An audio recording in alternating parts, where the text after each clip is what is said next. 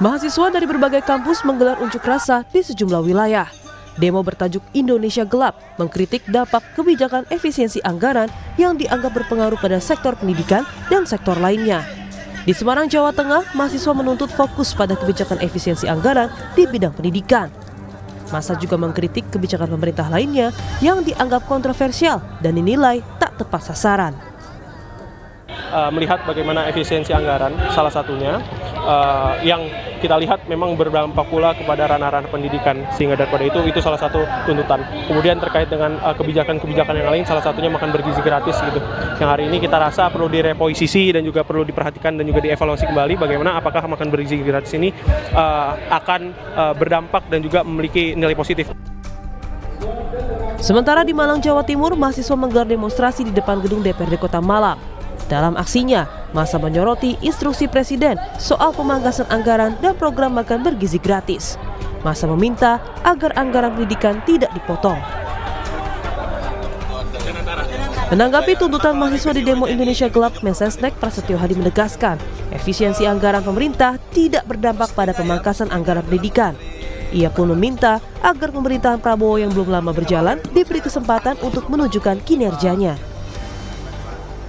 Menghimbau adik-adik mahasiswa minta tolong juga untuk lebih jeli karena apa yang kemarin disampaikan terhadap masalah efisiensi kan dari Jumat sudah detail ya, di sini disampaikan oleh Menkeu, saya juga ikut hadir, kemudian juga pimpinan DPR juga ikut hadir bahwa tidak betul itu, tidak ada yang berdampak terhadap pendidikan terutama untuk adik-adik mahasiswa kan.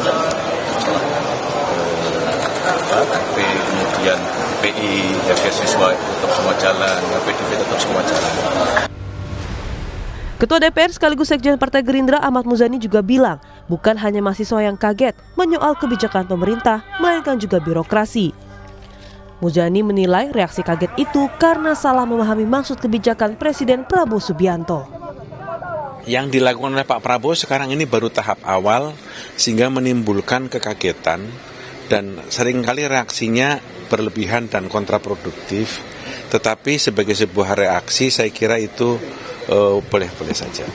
Karena itu reaksi itu terjadi bukan hanya di masyarakat, tetapi reaksi itu juga terjadi dalam internal birokrasi dan pemerintahan. Misalnya tentang penghematan, karena kan sekian lama birokrasi bergerak dengan pengetatan yang relatif longgar.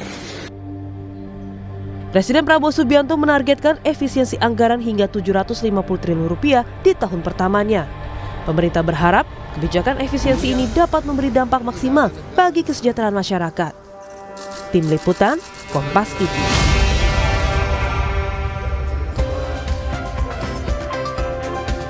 Saudara, aksi demo mahasiswa bertajuk Indonesia Gelap mengkritik beberapa kebijakan efisiensi anggaran yang dilakukan oleh pemerintah. Di antara menyoal biaya pendidikan hingga program makan bergizi gratis yang dinilai tak tepat sasaran. Lantas bagaimana pemerintah bisa menjawab ini dan bagaimana mahasiswa dan rakyat mengawal jika efisiensi anggaran ini memang untuk kesejahteraan rakyat ke depannya. Kita bahas bersama sejumlah narasumber yang hadir di studio. Ada Koordinator Pusat Aliansi BEM seluruh Indonesia, Herianto. Selamat pagi Mas Herianto. Selamat pagi Mas. Terima kasih Mas sudah bergabung di Dialog Sapa Indonesia pagi hari ini. Sekaligus pengamat politik, sekaligus Direktur Eksekutif Trias Politika Strategis Agung Baskoro. Mas Agung, selamat pagi, bertemu lagi Mas. Pagi Mas Mario, ya senang sekali. Dan melalui sambungan Zoom, juru bicara Kantor Komunikasi Kepresidenan Adita Irawati. Selamat pagi Bu Adita. Selamat pagi Mas Mario, Mas Agung, Mas Herianto. Pagi Mbak Adita. Terima kasih Ibu, terima kasih Bapak-Bapak dan juga Bu Adita sudah bergabung di Dialog Sapa Indonesia pagi hari ini. Saya ke Mas Herianto. Mas Herianto, Indonesia Gelap. Indonesia Gelap, makanya pakai hitam semua. Oh ini akhirnya simbolnya adalah Simbolnya. Ini interpretasi dari arti Indonesia Gelap. Kenapa harus namanya Indonesia Gelap dan kenapa harus dilakukan pada saat ini demonstrasi aksi mahasiswa kemarin? Oke, terima kasih Mas. Saya izin mulai dengan semangatnya mahasiswa, hidup mahasiswa. Ingin menyapa kawan-kawan di seluruh Indonesia. Ya. Hari ini Indonesia Gelap menandakan penegasan kita sebagai anak muda dan masyarakat bahwa kita lihat kebijakan-kebijakan hari ini akan mengkhawatirkan masa depan bangsa. Sehingga kita hadir, makna dari filosofi kita mengangkat Indonesia Gelap adalah ini belum ada kejelasan terang di masyarakat bawah Ya kalau masyarakat atas ya mungkin terang dibilang, tapi kita di bawah menganggap bahwa Indonesia sekarang gelap. Dan ini filosofi penegasan juga bahwa katanya 2045 adalah generasi emas. Namun bagaimana kita mau menuju generasi emas? Sedangkan aspek-aspek yang menuju untuk menjadi generasi emas itu dibatasi, dikengkang, termasuk dalam sektor pendidikan. Nah itulah makanya kenapa mahasiswa hari ini begitu banyak dalam bergerak, karena ngena ke dalam aspek pendidikan itu sendiri. Makanya resah. Begitu juga kalau rakyat ngena dalam potensi perutnya, maka rakyat akan bersuara. Berbeda dengan mahasiswa. Kalau mahasiswa berpotensi diganggu dengan pendidikannya, maka mahasiswa akan bergerak dan melawan. Oke, ini hanya pendidikan atau ada tuntutan-tuntutan lain sebenarnya? Karena kalau kemarin Sebenarnya ada belasan poin-poin tuntutan. Tapi yang kita penegaskan, makanya kenapa mahasiswa masif sekali dalam bergerak, ini karena sektor pendidikannya. Karena ini mengancam masa depan. Kita memikirkan bagaimana nasib orang tua kita. Bermimpi besar bahwa anaknya akan menjadi seorang sukses. Berjuang pagi siang malam untuk mencari nafkah, bahkan bisa berhutang hanya untuk anaknya berpendidikan. Namun apakah negara hadir untuk memfasilitasi itu? Nah itu yang menjadi kebijakan yang gelap kita lihat. Sebenarnya dalam undang-undang termaktub bahwa negara berkewajiban untuk memfasilitasi pendidikan karena dia yang menjadi akomodir membuat cetak-cetak calon generasi masa depan yang cerah. Nah itu harapan kita, semoga suara-suara kita ini didengarkan oleh pemerintah karena kita mau bangsa kita maju. Oke, Mas, saya sebelum ke Mbak Adita, tidak difasilitasi ini seperti apa tindak nyatanya, dalam arti bahwa apakah ini terkait dengan beasiswa ataukah mungkin dengan hal-hal lain yang mungkin disuarakan oleh mahasiswa? Melihat situasi ini sangat menarik sekali ya. Ini kita melihat di kabinet eranya Prabowo Gibran, kita melihat seolah-olah kabinetnya gemuk, namun keadaan birokrasinya tidak sama gemuk. Artinya hanya beberapa pemikir di dalam kabinet. Kita melihat kemarin ketika raker dengan Komisi 10 dengan Kementerian Pendidikan Tinggi menyampaikan bahwa ada dengan pemangkasan anggaran ini akan berefek tentang kenaikan UKT, kemudian pemotongan anggaran beasiswa. Namun tidak lama setelah ada gejolak dan konflik, pihak dari DPR dan Kementerian Keuangan mengatakan tidak akan ada dampaknya. Ini kan seolah-olah tidak ada sinkronisasi komunikasi di internalnya. Dia mencerminkan ada konflik di internalnya. Bagaimana dengan masyarakat di luar?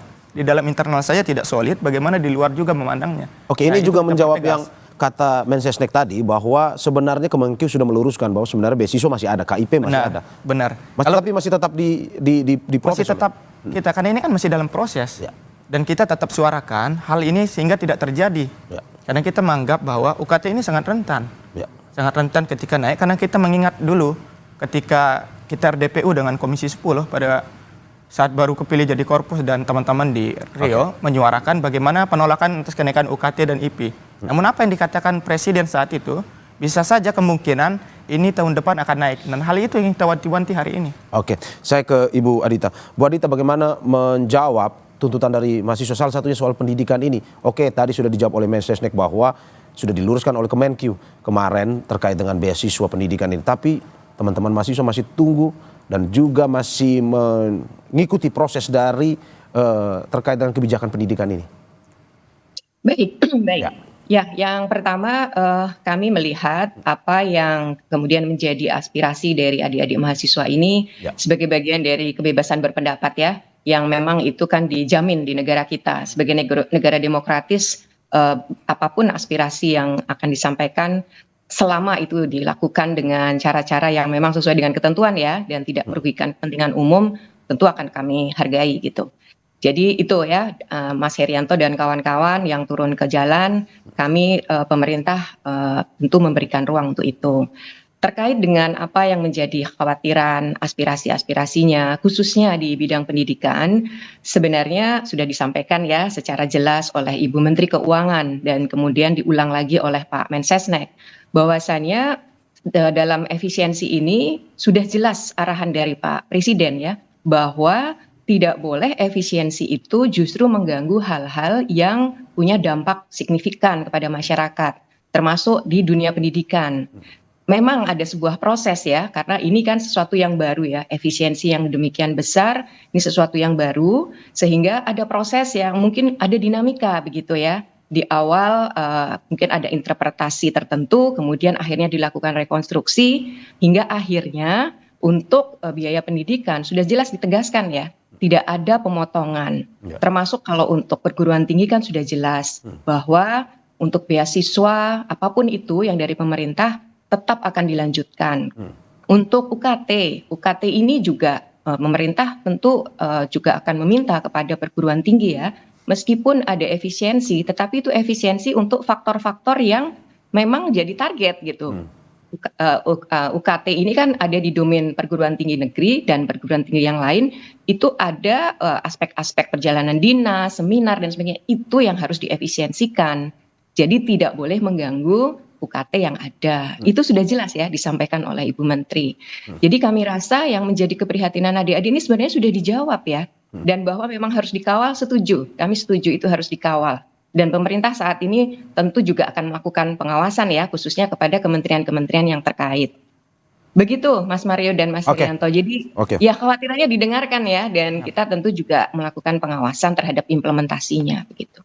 Oke, saya ke Mas Haryanto lagi. Mas Haryanto, bagaimana menjawab dari Bu Adita tadi bahwa perlu dikawal, tetapi sebenarnya sudah diluruskan terkait dengan pendidikan tersebut? Terima kasih Ibu. Saya izin menanggapi ya terkait hal demikian ya. Memang kita melihat di publik seperti itu juga. Namun secara pemikiran kita juga bahwa efek domino di bawah itu yang kuat. Ya mungkin kebijakan ini bagus menurut pemerintah, yaitu menghilangkan lemak-lemak, artinya kan pemangkasan. Namun efek dominonya ini akan terjadi di bawah ketika ada pemangkasan, ini akan berefek ke dosen. Tunjangan-tunjangan dosen kemudian dikurangin, belum pegawai-pegawai akan dikurangin. Itu baru dalam aspek, belum dari aspek mahasiswanya. Itu yang kita lihat. Karena keadaan kita rasakan di kampus. Efek dominonya semakin membesar. Ya kalau di atas memandangnya seperti itu. Ya. Oke, berarti maksud Anda bahwa kebijakan pemerintah ini tidak hanya berdampak pada aturan-aturan, tapi juga berdampak langsung kepada efek yang berhubungan dengan perguruan tinggi ya. Kita mencontohkan seperti gini. Ketika ada pemangkasan, mungkin yang tahun-tahun sebelumnya mungkin ada uang perjalanan dan sebagainya. Ini kan ada slot-slotnya buat hotel mungkin, ada pegawainya kerja. Namun ketika ada pemangkasan, pegawainya ini nganggur. Mau apa? Slot kosong, kemudian sebagainya. Apa kan efek dominonya keras. Kemudian UKM di bawah tidak berjalan dan sebagainya. Hal itu yang tidak seharusnya dipikirkan. Seharusnya dijelaskan seperti apa mekanisme ke masyarakat. Karena masyarakat harus dicerahkan. Ada hal itu yang kita terima. Penjelasan detailnya itu. Penjelasan detailnya. Oke. Saya ke Mas Agung. Mas Agung, bagaimana melihat bahwa demonstrasi mahasiswa yang dilakukan beberapa hari di beberapa daerah, termasuk Jakarta juga, menuntut salah satunya tadi yang sudah dibilang adalah pendidikan dan juga bentuk ketidakpuasan. Bagaimana Anda melihat ini Indonesia gelap? Ya, pertama saya apresiasi ke teman-teman BEM seluruh Indonesia karena gerakan ini setidaknya mengafirmasi bahwa kekuatan sosial kontrol di masyarakat masih ada dan itu kita butuhkan agar sistem politik kita ini sehat, check and balances jalan karena di sistem kita mayoritas kan sudah terkondisikan di parlemen, otomatis butuh suara-suara sumbang yang konstruktif untuk membuat sistem ini tetap berada dalam relnya.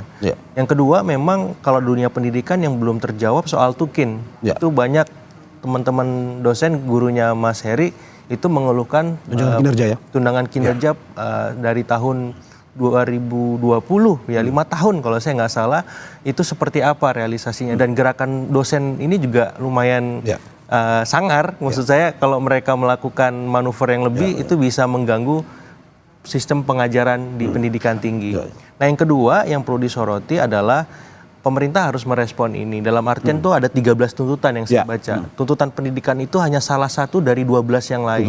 Nah sehingga endorse saya kepada teman-teman mahasiswa selain aksi-aksi di jalanan perkuat ya teman-teman mahasiswa hukumnya gitu supaya apa aksi jalanan jalan tapi aksi hukumnya juga di Mahkamah Agung misalkan ada judicial review ada tatip DPR misalkan ada inpres ada apalagi aturan yang itu memang bisa dibatalkan kalau ada uji materi judicial review. Nah jadi biar gerakannya ini konstruktif. Kalau kita mengharapkan hanya di jalanan saya khawatir malah bisa ditunggangi oleh pihak-pihak yang tidak bertanggung jawab karena kan aksi di jalan itu ada batasannya Mas Mario sampai jam 6 kalau enggak diteruskan kan jadi bentrok ricuh. Nah saya kira ada ikhtiar lain yang dilakukan supaya ini produktif, konstruktif lewat jalur hukum, lewat jalur sosial, advokasi di masyarakat. Kalau memang ada yang terabaikan hak-haknya, BEM juga bisa mengaktifasi gerakan-gerakan advokasinya seperti itu. Jadi demonstrasi ini hanya salah satu kanal. Gitu. Yang ketiga yang penting adalah saya melihat bagaimana kemudian di internal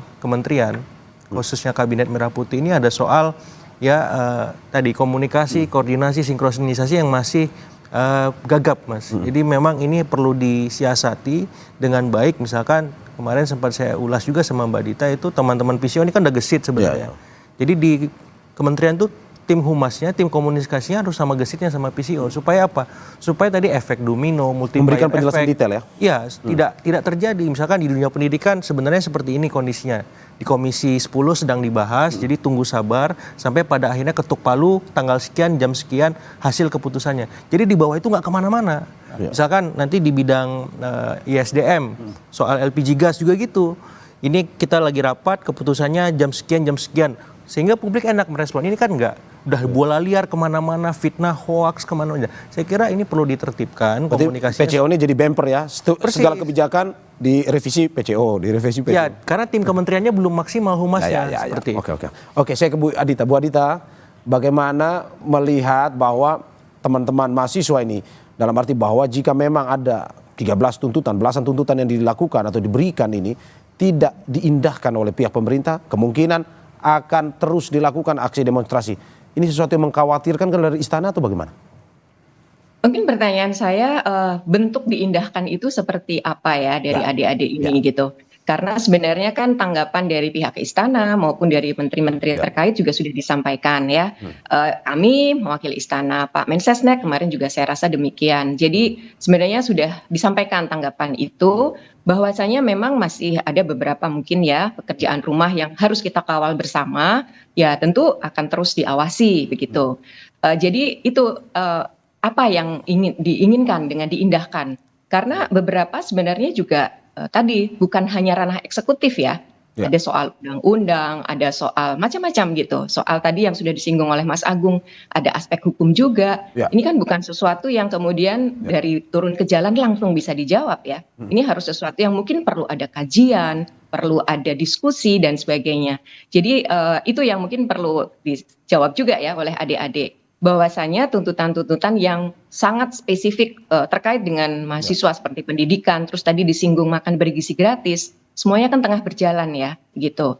Justru kami juga ingin adik-adik ini mengawal dengan cara-cara yang memang ya dari pihak akademis ini kan bisa dilakukan tadi ya, melakukan fokus group discussion misalnya atau diskusi-diskusi lah ya yang itu mengundang kami dari pemerintah, lalu kita bertukar pikiran, mungkin nanti ujungnya bisa menjadi sebuah policy recommendation dan sebagainya.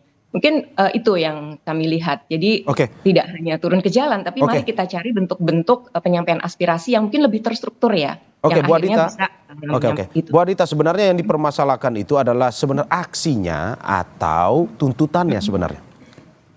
Kalau aksinya kan tadi saya sudah sampaikan ya, bahwa turun ke jalan itu diberikan ruang oleh negara ini kan, sebagai negara yang demokratis gitu. Dalam hal tuntutannya, karena ada 13 ya, ini tentu kita harus berdiskusi lagi soal ini gitu.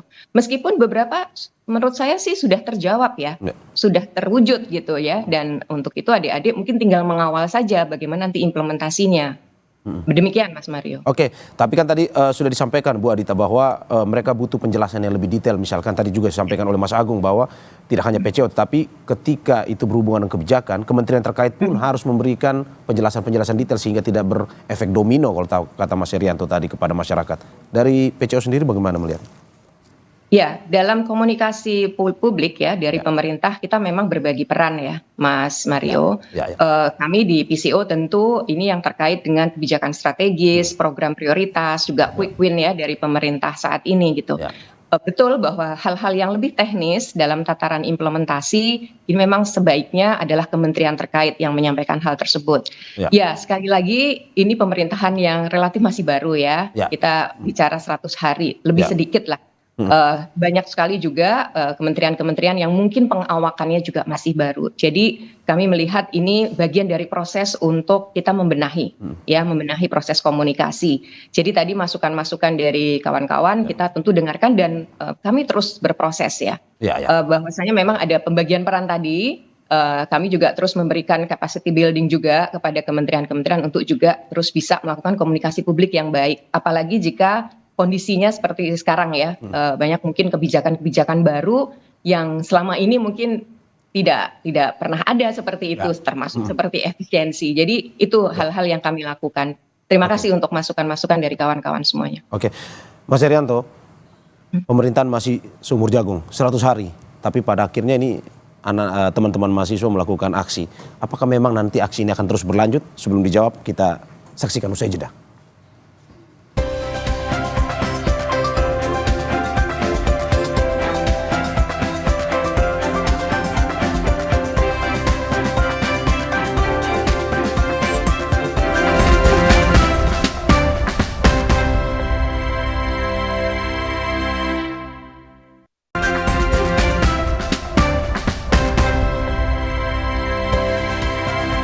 Terima kasih masih di Sapa Indonesia Pagi bersama saya Mario Sarong dan para narasumber saya yang hadir.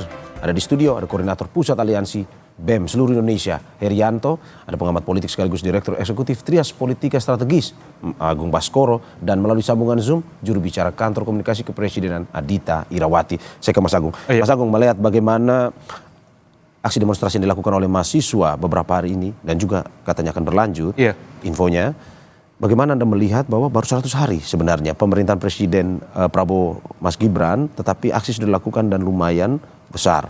Iya. Kepentingan kah? Iya, ini alarm politik secara kualitatif ya. Ya. Karena secara kuantitatif kan kinerja pemerintah diapresiasi lewat temuan survei kepuasan publik yang angkanya di atas 80%. Sehingga aksi-aksi demonstrasi mahasiswa ini bisa dimaknai sebagai alarm penting supaya pemerintah tidak terlena dengan capaian kuantitatifnya. Karena kualitatif ini yang dirasakan oleh masyarakat day to day-nya.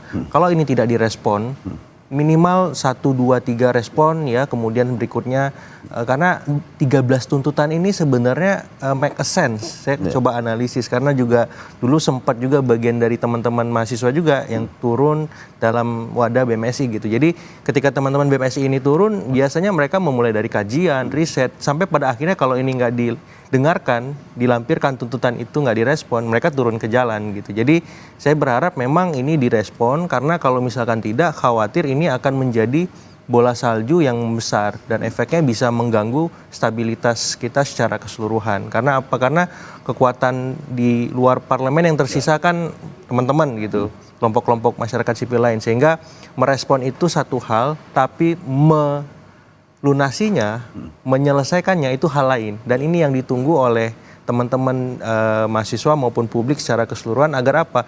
Indonesia gelap tadi berubah menjadi Indonesia terang, Mas Mario. Kan kita nggak mau ini hashtagnya, tagline-nya seperti ini, karena saya pribadi merasa Indonesianya masih ya semi terang lah ya, tidak sepenuhnya gelap, karena kita juga perlu mengirimkan pesan optimis kepada publik positif bahwa pemerintahan sedang bekerja, kita harus support, tapi di sisi yang lain support juga ketika teman-teman mahasiswa ini demonstrasi, karena itu bagian dari bukti kepedulian mereka kepada negeri kita. Kalau semuanya bilang baik-baik saja, oke-oke saja, bagus semua, itu juga bahaya.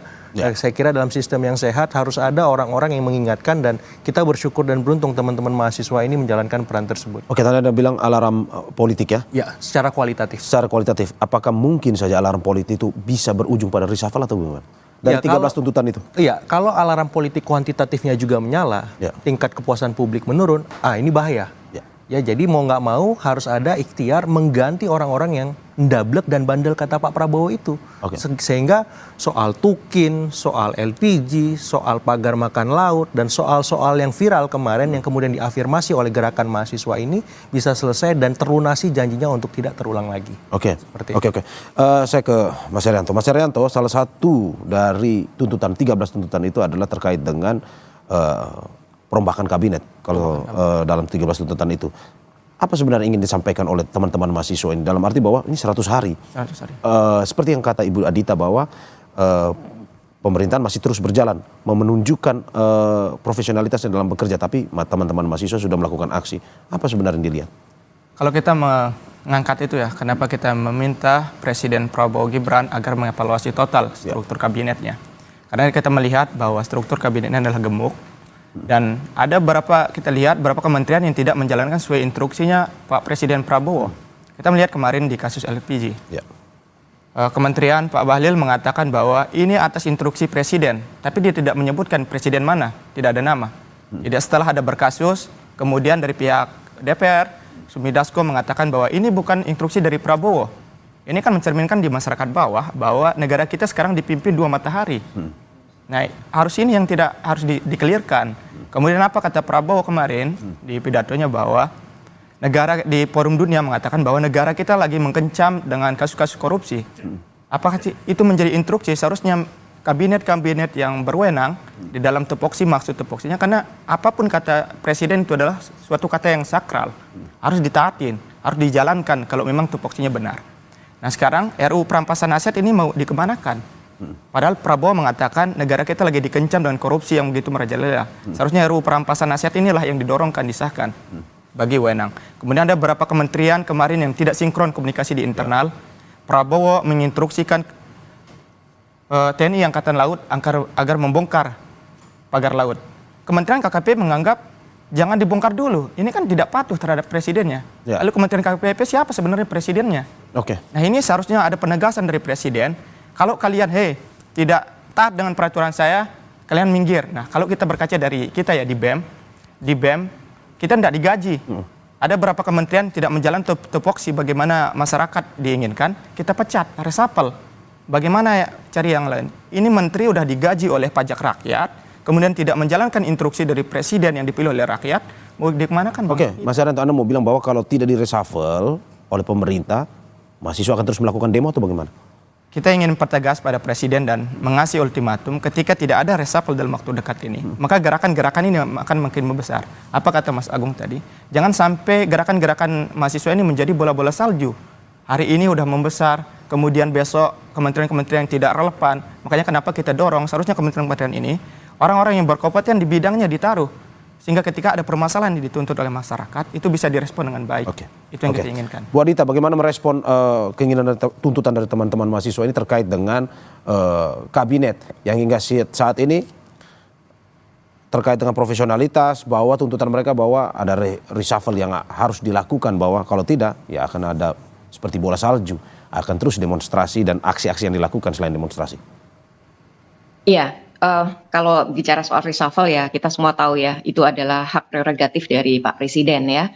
Bagaimana beliau kemudian menilai timnya, menilai pembantunya, kemudian juga akan melakukan mungkin penggantian dan sebagainya, itu adalah hak beliau. Tapi poinnya adalah bahwa Pak Presiden pasti melakukan evaluasi dan juga penilaian terhadap timnya. Mekanismenya banyak, mekanisme untuk melakukan pengawasan dan evaluasi itu.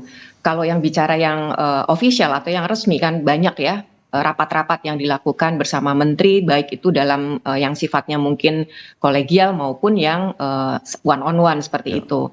Lalu juga ada yang mungkin sifatnya tidak resmi. Beliau pasti mengamati ya, bahwasanya saat ini Pak Presiden tuh selalu mendorong semua pembantunya itu untuk semua punya satu visi dan misi yang sama gitu, yaitu kita harus punya kebijakan yang pro rakyat tadi ya. Bahwasanya di dalam tataran teknis pelaksanaannya ini memang terkadang sekali lagi ya ada dinamika yang kemudian dirasakan oleh masyarakat kok sepertinya tidak sinkron begitu. Padahal arahan beliau itu jelas ya, arahan di level kepresidenan itu jelas. Di tataran implementasi ini tentu diserahkan kepada para pembantu. Ada beberapa memang ya dinamika tadi sudah disampaikan bahwa kebijakan itu adalah kebijakan yang tentunya sudah diketahui oleh presiden. Kebijakan secara besar ya, tetapi ketika diimplementasikan ini sudah ranah dari kementerian. Nah ini yang mungkin publik juga perlu tahu ya, bahwa tidak ada itu dua matahari, tidak ada juga itu instruksi yang dari pihak-pihak yang di luar presidenan, itu tidak ada. Itu semua dari presiden ya. Namun demikian sekali lagi di tataran teknis tentu itu adalah ranah kementerian. Bahwa kemudian ada tadi yang dirasa kok kurang sinkron dan sebagainya. Sekali lagi ini bagian dari dinamika yang kemudian kan kita tidak diam ya. Kita respons. Presiden juga kemudian memberikan arahan lebih lanjut. Jadi ini satu hal yang sekali lagi ini adalah proses dalam bernegara dan kami tentu melakukan evaluasi terus-menerus. Sekali lagi soal reshuffle itu hak sepenuhnya dari Pak Presiden ya. Tentu beliau akan punya pertimbangan-pertimbangan tersendiri untuk itu. Saya ke Mas Herianto. Mas Herianto, bahwa bagaimana kita melihat aksi mahasiswa ini, bagaimana teman-teman BMSI memastikan bahwa aksi mahasiswa ini tidak akan berujung anarkis pada akhirnya? Apakah mungkin akan ada demonstrasi atau mungkin ada jalan-jalan yang ditempuh, jalan-jalan lain yang ditempuh oleh mahasiswa, dan juga tidak ada kecurigaan bahwa ini ditunggangi ataupun ini dipolitisasi oleh pihak-pihak tertentu? Oke, terima kasih Mas. Mahasiswa selalu bergerak, selalu mengedepankan dengan pemikiran yang cerah ya. Ya. Makanya kenapa mahasiswa selalu dislogankan bahwa kaum-kaum intelektual yang mengedepankan riset, kajian, kemudian poin-poin tuntutan. Kita dalam melakukan aksi tidak hanya begitu aksi, banyak proses. Kita menangkap isu-isu yang dilemparkan oleh pemerintah, kemudian kita kaji, kemudian perdalam, baru kita konsolidasi. Dari setiap instansi melaporkan bagaimana pandangannya, baru kita kerucutkan poin-poin tuntutan. Ketika di lapangan, apakah tidak akan terjadi anarkis dan tidak? Itu selalu kita bahas di Teklab, bagaimana taktisnya, siapa yang menjadi borgol, kemudian siapa yang garda ke depan, humas, tim sebagainya. Itu skenario udah dimatang-matangkan oleh aliansi. Nah, menjadi kekhawatiran kita ketika gerakan-gerakan mahasiswa ini selalu ditunggangin. Karena kita melihat hari demi hari itu hal terbiasa ya. Ada beberapa parpol, ada beberapa kepentingan-kepentingan seolah-olah dia yang mengarahkan. Padahal gerakan mahasiswa ini murni atas keresahan pribadinya. Karena mahasiswa apa sih yang dia mau? Ini kan berefek ke masyarakat semua. Kalau kita berpikir secara rasional, mahasiswa lebih baik tidur, belajar saja, ngapain berjuang. Cuma dengan keresahannya, panggilan jiwa sebagai mahasiswa, maha artinya besar dan siswa, artinya orang-orang yang besar akan membela orang-orang yang kecil di bawah. Hadir untuk terpanggil jiwanya untuk menyuarakan hal tersebut. Hal itulah yang kita respon, sehingga ke depan ada jalur-jalur memang kita tempuh, bukan hanya jalan. Nah, aksi demonstrasi ini adalah salah satu pilihan. Karena penegasan bahwa pemerintah kalau tidak ditanggapin, maka ini adalah jalan-jalan satu-satunya. Besok kita akan melalui jalur yudikatif, jalur eksekutif, jalur legislatif. Semua akan kita tempuh. Namun ini sebagai langkah awal penegasan kita bahwa mahasiswa selalu hadir untuk menyuarakan kepentingan rakyat. Oke, saya ke Mas Agung. Mas Agung, bagaimana melihat teman-teman BMSI? Ada beberapa jalur yang akan ditempuh. Aksi salah satunya. Tapi bagaimana Anda melihat bahwa janji ataupun dari teman-teman ini menjamin bahwa tidak akan ada anarkis? Tetap akan berjalan, tetapi memang ini soal bagaimana menyuarakan lewat aksi dan juga tidak ditunggangi. Pertama paling sederhana lihat gerakan mahasiswa itu murni atau tidak itu dari tuntutannya Mas Mario. Itu 13 tuntutan itu benar-benar aspirasi warga. Tapi kalau ada tuntutan yang aneh-aneh, itu patut dicurigai, patut diduga itu ada pihak-pihak yang menunggangi dari tuntutannya saja. Yang kedua, ya saya menghimbau dan berharap teman-teman ini sesuai aturan main gitu. Kalau memang jam 6 harus selesai, ya selesai. Silakan manfaatkan tadi ya jalur legislatif, audiensi ke DPR, komisi berapa, ke yudikatif, ke Mahkamah Agung lewat kemudian judicial review, ke MK, uji materi. Kalau memang nggak bisa juga demonstrasi lagi. Dan saya kira setiap hal-hal semacam itu kan akan dilihat oleh publik konsistensinya. Dan yang ketiga memang yang bisa diarahkan juga dari teman-teman ini adalah bagaimana bisa menyiapkan semacam blueprint, kajian yang itu disebarluaskan ke masyarakat. Walaupun sudah dilakukan pasti, tapi ini lebih sistematis lagi sebagaimana masukan Mbak Dita tadi. Supaya apa? Supaya publik juga tercerdaskan, tercerahkan. Sehingga gerakan ini bukan hanya milik mahasiswa, tapi milik seluruh rakyat Indonesia. Dan itu pernah terjadi ketika reformasi di korupsi, ketika kemarin ada Garuda Biru, ya. Semua elemen terlibat. Nah, gerakan semacam ini yang saya kira perlu diinisiasi oleh teman-teman ini. Jangan sampai hanya mahasiswa saja, sehingga nanti dari mahasiswa oleh mahasiswa untuk mahasiswa ketika pendidikannya diakomodir, soal tidak ada kenaikan biaya kuliah, kemudian tukin dikabulkan, udah nggak demo lagi. Jangan, karena mahasiswa ini representasi kita, harapannya libatkan semua. Teman-teman buruh, teman-teman agamawan, ya, teman-teman masyarakat lain seperti, sehingga apa? Gerakan ini memang gerakan bersama dan bisa membuat sistem demokrasi kita semakin sehat, kuat dan berkualitas, Mas. Saya ke Ibu Adita. Bu Adita, bagaimana melihat bahwa ini teman-teman mahasiswa terus menyerukan aksi, demonstrasi hanya salah satunya, tapi ada jalur lain, dan juga bagaimana dari istana pada akhirnya solusi seperti apa yang ditawarkan untuk pada akhirnya ya pengawalan tetap berlanjut, tetapi apa yang diinginkan atau tuntutan mahasiswa ini pada akhirnya ya bisa terjawab dan bisa terjelaskan secara detail. Sekali lagi bahwa gerakan turun ke jalan itu tadi tentu kita dengarkan ya, dan apa yang menjadi aspirasinya juga kita perhatikan begitu.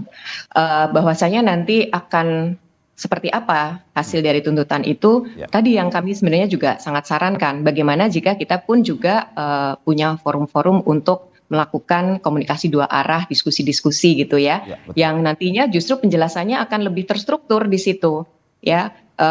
turun ke jalan satu hal ya, kita juga dengarkan tuntutannya, tetapi detail dari itu kita juga perlu pahami gitu. Dan itu perlu satu sebuah diskusi mungkin yang sifatnya nanti akan lebih jelas lagi sebenarnya tuntutannya seperti apa, lalu harapannya apa begitu ya. Nanti wujud bahwa itu sudah terpenuhi itu apa, ini kan kita juga perlu gali lebih dalam begitu ya. Jadi saya rasa ini perlu ada satu forum lagi untuk kita sama-sama membahas hal tersebut begitu ya. Dan teman-teman mahasiswa dengan perwakilannya tentu sangat welcome ya untuk misalnya hadir begitu ke PCO untuk kita sama-sama membahas tentang itu gitu. Sehingga apa yang terjadi di jalan pun juga kita bahas dalam ruang yang mungkin akan lebih membuka diskusi gitu. Sehingga kita juga sama-sama tahu apa sebenarnya yang diharapkan begitu. Oke. Saya ke Mas Herianto. Mas Herianto, seperti kata Ibu Adita, ruang komunikasi terbuka buat mahasiswa untuk bisa saling berdialog, berdiskusi. Bagaimana ke depan dari BMSI sendiri untuk melihat komunikasi yang terbuka untuk bisa berdialog dengan pemerintah? Singkat saja, Mas. Ya, semoga itu terrealisasikan ya, apa narasi yang tadi didengarkan oleh pihak-pihak yang berwenang ya. Sebenarnya ketika kita aksi juga simpel sekali maunya masa aksi ya. Ketika datang membawa poin tuntutan dari pihak yang tertuju mungkin keluar saja menjawab bagaimana poin-poin tuntutan kita. Nanti tinggal diproses, itu aja. Namun seiring dengan jalannya demonstrasi ya, aksi-aksi tidak pernah dari pihak pemerintah itu menemui masa aksi. Itu yang mungkin kekecewaan mahasiswa ketika diundang di dalam, itu rasanya tidak membahagiakan bagi kita dan ada beberapa giring-giringan seolah-olah sudah diamankan dan sebagainya. Hal itu yang kita khawatirkan. Semoga nanti bisa tercerahkan di masyarakat untuk kita berdialog bagaimana poin-poin tuntutan kita benar-benar dijawab. Itu aja, terima kasih, Mak. Mas Agung, saya terakhir singkat saja bagaimana melihat ini ruang komunikasi antara pemerintah dan mahasiswa, teman-teman mahasiswa ini sudah mulai dibuka. Apa yang harus disampaikan, baik itu dari mahasiswa dan apa yang sebenarnya harus disampaikan dari pihak pemerintah? Iya, saya kira harus jemput bola ya pihak istana gitu, sehingga tidak perlu turun ke jalan. Kira-kira mahasiswa ketika misalkan berdemonstrasi itu aspirasinya apa tadi? Ya sekali waktu keluar menyapa teman-teman di lapangan nggak ada masalah sebenarnya. Kan nggak mungkin semuanya sibuk, apalagi ini tuntutannya disampaikan oleh ribuan mahasiswa dan mereka ini dari kampus-kampus besar, Mas, dari UGM, ITB, UI dan kampus-kampus Unram tadi korpusnya seperti itu. Jadi mereka sampai nggak kuliah, ngeluarin uang sendiri, seperti itu, banyak pengorbanan yang mereka lakukan gitu. Jadi menurut saya hargailah perjuangan mereka karena mereka bagian dari masyarakat kita. Kalau mereka tidak dihargai dari hal-hal yang kecil semacam itu, gerakan ini bisa membesar gitu. Tapi juga bagi mahasiswa, masukannya jangan besar kepala juga. Ya, mahasiswa harus paham keterbatasan pemerintah baru sedang berjalan gitu, sehingga ini bisa ketemu nih win-winnya di mana. Kalau misalkan tidak ketemu, saya khawatir nanti mahasiswanya ke sana, pemerintah kemari gitu. Nah, repot gitu. Jadi mahasiswa harus paham ini butuh proses. Nah, kasih deadline, kasih waktu yang memang itu manusiawi, rasional sehingga pemerintah bisa menjawab itu. Karena kalau misalkan tuntutan mesti segera dieksekusi, ya bisa gitu. Tapi nggak semua, misalkan 13, ya minimal 13 hari misalkan, atau minimal 1 bulan gitu. Jadi ada deadline-nya. Sehingga kalau misalkan nggak ada dipenuhi deadline itu, baru aksi lagi. Sehingga teman-teman bisa kuliah lagi, teman-teman bisa berproduktif lagi sebagai mahasiswa. Jangan sampai hal-hal semacam itu terbengkalai seperti itu, Mas. Komunikasi dibuka, pada akhirnya teman-teman mahasiswa diharapkan ada aksi demonstrasi tapi tidak berujung anarkis. Begitu pula dari istana sendiri, dari pemerintah sendiri membuka komunikasi untuk akhirnya ada ruang dialog, ruang diskusi yang terjadi. Terima kasih Bapak Ibu atas apa yang disampaikan pada pagi hari ini. Ada Koordinator Pusat Aliansi BEM Seluruh Indonesia, Herianto. Ada pengamat politik sekaligus Direktur Eksekutif Trias Politika Strategis, Agung Baskoro, dan Juru Bicara Kantor Komunikasi Kepresidenan, Adita Irwati. Terima kasih Bapak Ibu atas apa yang disampaikan. Sehat-sehat selalu. Terima kasih.